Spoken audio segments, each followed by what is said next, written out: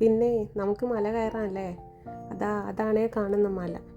അപ്പം നമ്മളിതാ വീടിനടുത്ത് നിന്ന് ഇങ്ങനെ നടന്ന് നീങ്ങുക കേട്ടോ. നമ്മൾ പോകുന്നത് പുക്കുന്നുമലയിലേക്കാണ്. പുക്കുന്നുമല എന്നും പൊൻകുന്നുമല എന്നൊക്കെ അറിയപ്പെടുന്ന കോഴിക്കോടിൻ്റെ മീശപ്പുലിമലയിലേക്കാണ് നമ്മൾ പോയിക്കൊണ്ടിരിക്കുന്നത്.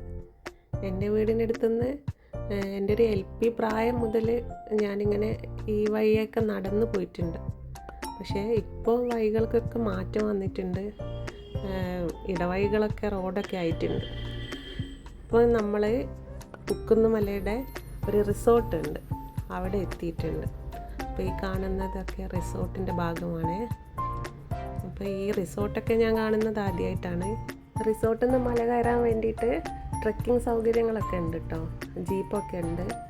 ജീപ്പിന് 500 രൂപയാണ് ചാർജ് വരുന്നത്. അപ്പോൾ ഞങ്ങൾ ജീപ്പൊന്നും വേണ്ട, ഞങ്ങൾ നടന്ന് തന്നെ കയറാമെന്ന് കരുതി. നടന്നാണ് കയറുന്നതെങ്കിലും ആ റിസോർട്ടിൻ്റെ ആൾക്കാർ അവരുടെ പ്രൈവറ്റ് പ്രോപ്പർട്ടി ആയതുകൊണ്ട് റോഡൊക്കെ അവരാണ് മലയിലേക്ക് ഇങ്ങനെ വെട്ടിയെടുത്തതേ. അപ്പം നമ്മളൊരു 20 രൂപ ഒരാൾക്ക് ചാർജ് പേ ചെയ്യണം. അങ്ങനെ ഞാനും എൻ്റെ താത്തമാരും അളിയനും അവരുടെ മക്കളും ഒക്കെ ഉണ്ടായിരുന്നു. അപ്പോൾ ഞങ്ങൾ ആ ചാർജ് കൊടുത്ത് ഞങ്ങൾ നടന്നോളാന്ന് പറഞ്ഞു. അങ്ങനെ ഇങ്ങനെ നടന്ന് നീങ്ങുകയാണ്. മുന്നേ ഒന്നും ഈ റോഡൊന്നുമില്ല, അതുകൊണ്ട് തന്നെ നമ്മളിങ്ങനെ മല കയറി വേഗം എത്തുമായിരുന്നു. പക്ഷേ ഇപ്പം റോഡാക്കിയതുകൊണ്ട് ഒരു ഭയങ്കരമായിട്ട് ദൂരം ഫീൽ ചെയ്യുന്നുണ്ട്. പിന്നെ നല്ലൊരു കയറ്റം പോലെ ഉണ്ട്. ഞങ്ങൾക്ക് കിതപ്പൊക്കെ തുടങ്ങിയിട്ടുണ്ട്. നമ്മളിപ്പം പോയിക്കൊണ്ടിരിക്കുന്ന മല കോഴിക്കോട് ജില്ലയിലെ നന്മണ്ട പഞ്ചായത്തും കാക്കൂർ പഞ്ചായത്തും ഒക്കെ നിരന്ന് നിൽപ്പാണ്. അപ്പം നമ്മളിപ്പോൾ ഉള്ളത് ചീക്കിലോടാണ്. എൻ്റെ വീടിനടുത്തുനിന്ന് നടന്ന് നീങ്ങുന്ന വഴി ആയതുകൊണ്ടാണ് നമ്മൾ ഇതിലേ പോകുന്നത്. ജീപ്പ് സൗകര്യം നമ്മൾ ഉപയോഗിക്കുന്നുമില്ല. അല്ലാതെ കോഴിക്കോട് ഭാഗത്തു നിന്ന് വരുന്നവർക്ക് കാക്കൂർ ഇറങ്ങിയാൽ മലയുടെ ഒരു ചെരുവിലേക്ക് എത്താൻ പറ്റും. എന്നിട്ട് മല കയറണം. അല്ലാതെ ചീക്കിലോട് നിന്ന് വരുമ്പോൾ ചീക്കിലോട് മാപ്പിള സ്കൂളുണ്ട്, അവിടെ എത്തുന്നതിന് കുറച്ച് മുൻപായിട്ട് വലത്തോട്ട് റോഡുണ്ട്.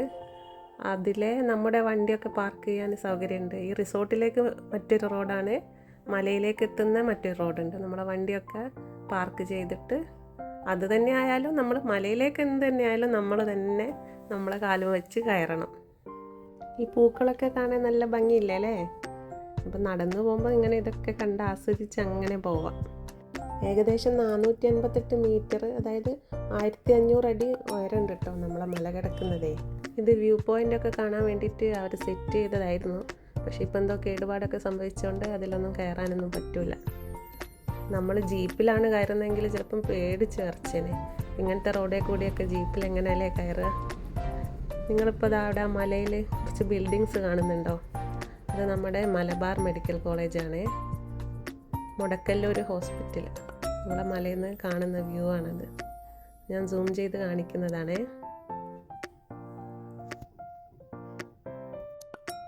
ഇവിടുന്നും 2 വഴി കാണിക്കുന്നുണ്ട്. 2 വഴിയെ പോയാലും മലയിലെത്താം. അപ്പം ഞങ്ങൾ ഈ വഴി തിരഞ്ഞെടുത്ത്. ചെന്നായ ശല്യം ഉണ്ട് എന്നൊക്കെ ബോർഡ് കാണിക്കുന്നുണ്ട്. സന്ധ്യയ്ക്ക് ഇതിലെ ഇറങ്ങാൻ ബുദ്ധിമുട്ടായിരിക്കും. പാമ്പും ചെന്നായൊക്കെ ഉണ്ടാവും. ഞങ്ങൾ പോകുന്ന വഴി പാമ്പിനെ കണ്ടെന്ന് മോള് പറഞ്ഞു. ഞാൻ കണ്ടിട്ടില്ല, മോളാണ് പറഞ്ഞത്. തെങ്ങൊക്കെ ഇങ്ങനെ ചായഞ്ഞ് നിൽക്കുന്നത് കാണാൻ തന്നെ ഭംഗിയുണ്ട് അല്ലേ? നടന്നിട്ട് എത്തുന്നില്ല. പക്ഷേ ആ യാത്രയ്ക്ക് നല്ലൊരു സുഖമുണ്ട് കേട്ടോ. കാലൊക്കെ തളരാൻ തുടങ്ങിയിട്ടുണ്ട്. കുറേ കശുവണ്ടി മരങ്ങളുണ്ട്. ഏകദേശം നമ്മൾ മലയോട് അടുത്തെത്തിയിട്ടുണ്ട്. ഞങ്ങളെ കൂട്ടത്തിൽ ഞാനാണ് ഈ മലയിൽ ഒരുപാട് തവണ പോയത്. എൻ്റെ ഇത്താത്തമാരൊക്കെ കുറച്ച് കുഞ്ഞുനാളിലങ്ങനെ കുറച്ച് തവണ ഞാൻ പോയിട്ടുണ്ട്. പിന്നെ അവർ കുറേ വർഷങ്ങളായി പോയിട്ട്.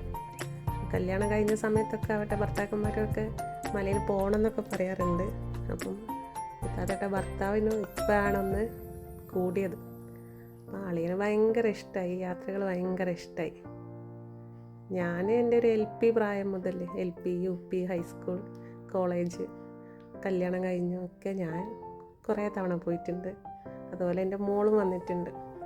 പക്ഷെ അവൾക്ക് ഈ വഴി വന്ന് മടുത്തു. മറ്റേത് വണ്ടിയിൽ വന്നിട്ട് പിന്നെ മല കയറുകയാണല്ലോ ചെയ്യുക. ഇത് നടന്ന് തന്നെ പോവല്ലേ. അതാ നമ്മളിങ്ങനെ എത്തിക്കൊണ്ടിരിക്കുന്നു. എങ്ങനെയുണ്ട്?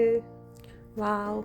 നമ്മളിങ്ങനെ കിതച്ച് കയറി പിന്നെ ഈ സീനൊക്കെ കാണുമ്പോൾ നമുക്ക് കിട്ടുന്നൊരു ഫീലുണ്ട്. എൻ്റെ അമ്മോ, ആകാശം അതാ മലയിൽ നമ്മൾ അപ്പുറം കാണുന്നില്ലേ, നമ്മൾ അറബിക്കടലാണ് കാണുന്നത്.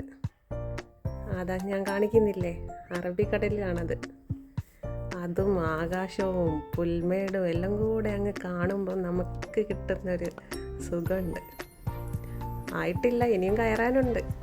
ഞാനിതെങ്ങനെ വീഡിയോ പിടിച്ചുകൊണ്ട് നടക്കുകയാണ്. എൻ്റെ നേലാണ് കാണുന്നത്.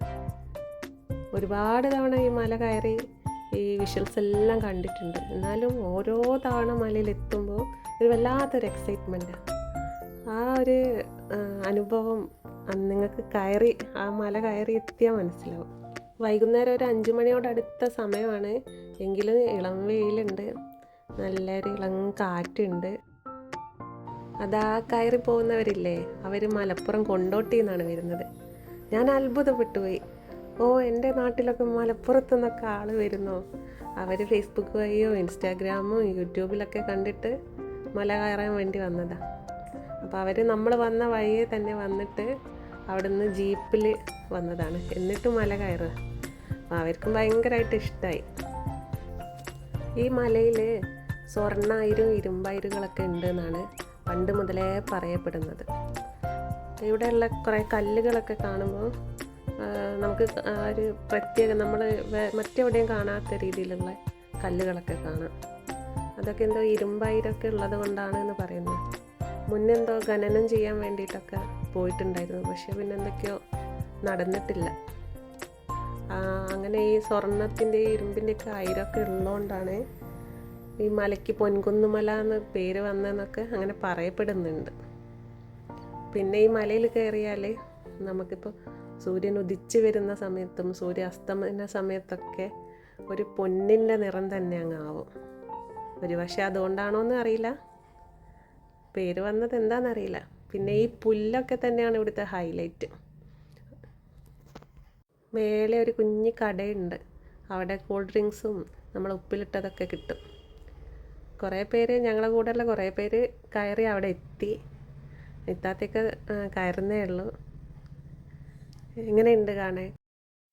മോള് മേലെ എത്തിയിട്ട് ഉമ്മ എത്തി, ഞാൻ എത്തി എന്ന് പറഞ്ഞ് വിളിച്ച് പറയുന്നുണ്ട്. അപ്പോൾ നീ അവിടെ നിൽക്ക്, ഞാൻ അങ്ങോട്ടേക്ക് വരാമെന്ന് ഞാനും പറയുന്നുണ്ട്.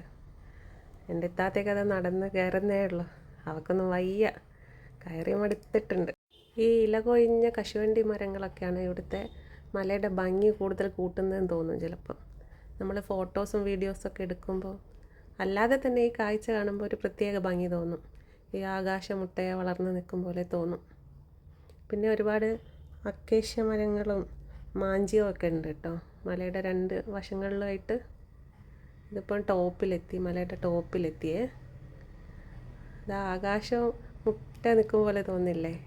നമ്മളാ മലയുടെ എൻഡ് കഴിഞ്ഞാൽ നമ്മൾ ആകാശത്തിലേക്ക് എത്തുകയെന്ന് തോന്നും. നടന്ന് നീങ്ങുമ്പം പിന്നെയും അങ്ങോട്ടേക്ക് സ്ഥലങ്ങളുണ്ട്.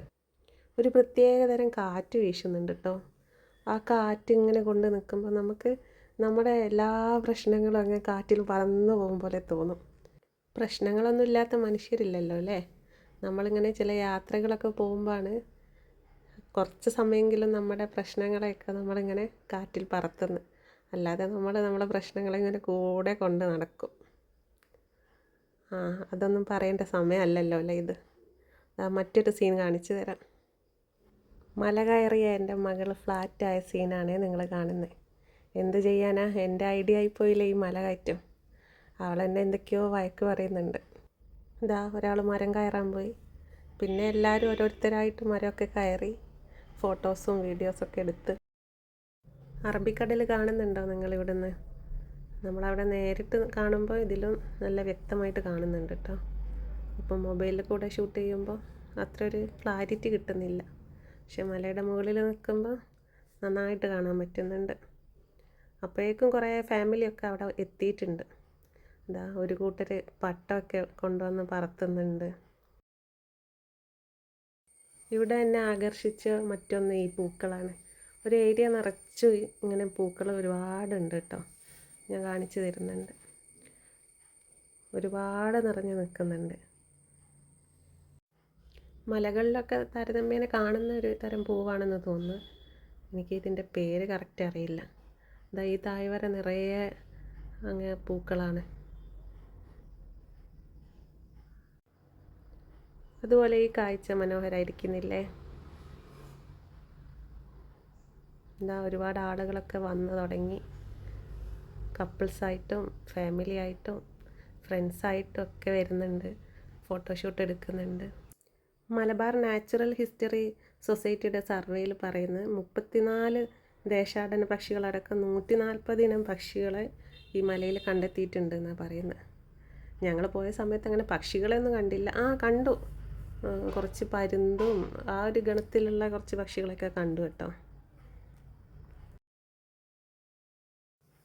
പിന്നെ ഇവിടുത്തെ മറ്റൊരു പ്രത്യേകത എന്ന് പറഞ്ഞാൽ മലയുടെ ഒരു ചെരുവിൽ നമ്മളെ ഒരു മഴവെള്ള സംഭരണി ഉണ്ട്. അതായത് ഉറവ പറ്റാത്തൊരു സ്ഥലമുണ്ട്. അവിടെ പിന്നെ ഒരു സംഭരണി നിർമ്മിച്ച് അപ്പോൾ എത്രയോ ഭാഗങ്ങളിലേക്ക് ഇവിടെ നിന്നാണ് വെള്ളം പോകുന്നത്. അപ്പോൾ ആ സ്ഥലത്തൊക്കെ ഞാൻ മുന്നേ പോയിട്ടുണ്ട്. നല്ല തണുപ്പുള്ള വെള്ളമാണ്. അതൊരു ഉറവ പറ്റാതെ അങ്ങനെ അതൊക്കെ എന്തോ ഒരു ഭയങ്കര ഒരു അനുഗ്രഹമായിട്ട് ഞങ്ങളൊക്കെ കാണുന്നുണ്ട്. പണ്ടൊക്കെ കുഞ്ഞിലൊക്കെ പറയായിരുന്നു ഈ മല ഇടിഞ്ഞ് വീണ് നമ്മളെ വീടൊക്കെ പോയാലോ എന്നൊക്കെ പറഞ്ഞ് ടെൻഷനാവുന്നൊരു കാലം ഉണ്ടായിരുന്നു. പക്ഷേ ഇത്രയും കാലങ്ങൾ കൊണ്ടൊന്നും ഈ മല കാരണം ഞങ്ങൾക്ക് ആർക്കും ഒരു ബുദ്ധിമുട്ടൊന്നും ഇതുവരെ ഉണ്ടായിട്ടില്ല. ഉപ്പിലിട്ട പൈനാപ്പിളും കുറേ വെള്ളവും കടലയും ജ്യൂസൊക്കെ കഴിച്ചപ്പോൾ അവൾ ചാർജായി. പിന്നെ അവളിങ്ങനെ ഭയങ്കര ഹാപ്പി മൂഡായി. വീഡിയോ ഷൂട്ടിനൊക്കെ നിന്ന് തരുന്നൊക്കെ ഉണ്ട്. ഏതായാലും കുറേ സമയം ഇവിടെ സ്പെൻഡ് ചെയ്തില്ലേ, ഇനി ഏതായാലും സൺസെറ്റും കൂടെ കണ്ടിട്ട് പോകാമെന്നായി എല്ലാവരും.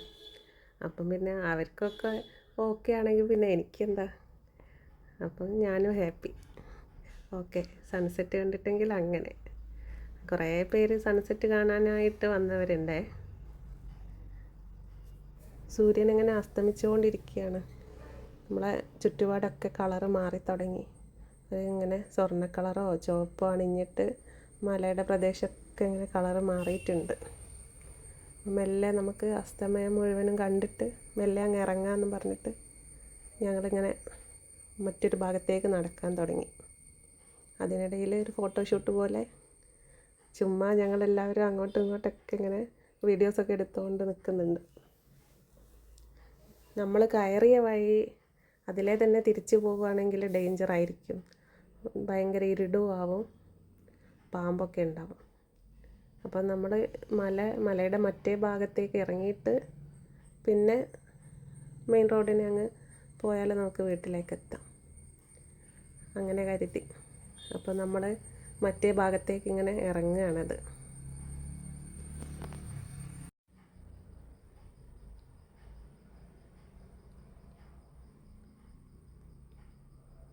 അവൾക്ക് അവിടെ നിന്ന് ഒരു പുല്ലൊക്കെ കിട്ടിയിട്ടുണ്ട്. അതൊക്കെ പറിച്ച് വായിലൊക്കെ ഇട്ട് എന്തൊക്കെയോ കളിച്ച് കൂട്ടുന്നുണ്ട്.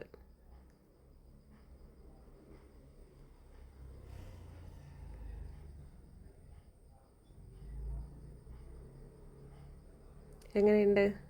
നിങ്ങളും ഇങ്ങനെ നടന്നു പോകും പോലെ തോന്നുന്നുണ്ടോ?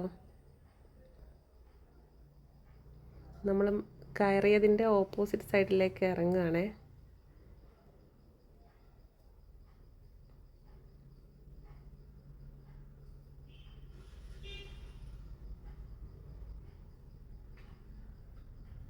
ഇവിടെ കുറച്ച് നേരം സ്പെൻഡ് ചെയ്തു.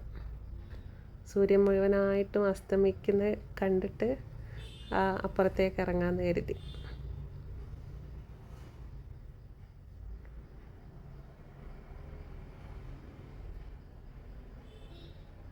അങ്ങനെ ചന്ദ്രേട്ടൻ്റെ വരവും കണ്ടൊക്കെയാണ് ഞങ്ങൾ താഴേക്ക് ഇറങ്ങിയത്. കുറച്ച് പൂവ് ഞങ്ങൾ പറിച്ചിട്ടുണ്ടായിരുന്നു. ആ പൂക്കൾ വീട്ടിലേക്ക് കൊണ്ടുപോകാമെന്നും പറഞ്ഞിട്ട് അവളത് കയ്യിൽ പിടിച്ച്.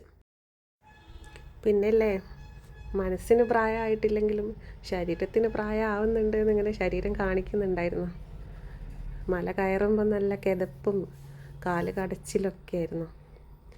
ഇനിയുള്ള ടാസ്ക് എന്ന് പറയുന്നത് മല ഇറങ്ങുകയാണ്. കയറുമ്പം കരുതും അതാണ് ബുദ്ധിമുട്ടെന്ന്. ഇറങ്ങുമ്പോൾ ഒരു തരം കാലിനൊരു തരം വിറയലായിരുന്നു. ഈ മലയിലൊന്ന് വരാൻ തോന്നുന്നുണ്ടോ? വരുന്നവർ പ്ലാസ്റ്റിക് കുപ്പികളും പ്ലാസ്റ്റിക് കവറുകളൊക്കെ അതിൻ്റേതായ സ്ഥലത്ത് നിക്ഷേപിക്കണേ. അലസമായിട്ടൊന്നും എവിടെയും വലിച്ചെറിയരുത്. നമ്മളെ പ്രകൃതി നമ്മൾ തന്നെ സൂക്ഷിക്കുക. മറ്റൊരു വീഡിയോയുമായി നമുക്ക് വീണ്ടും കാണാം. ബായ്.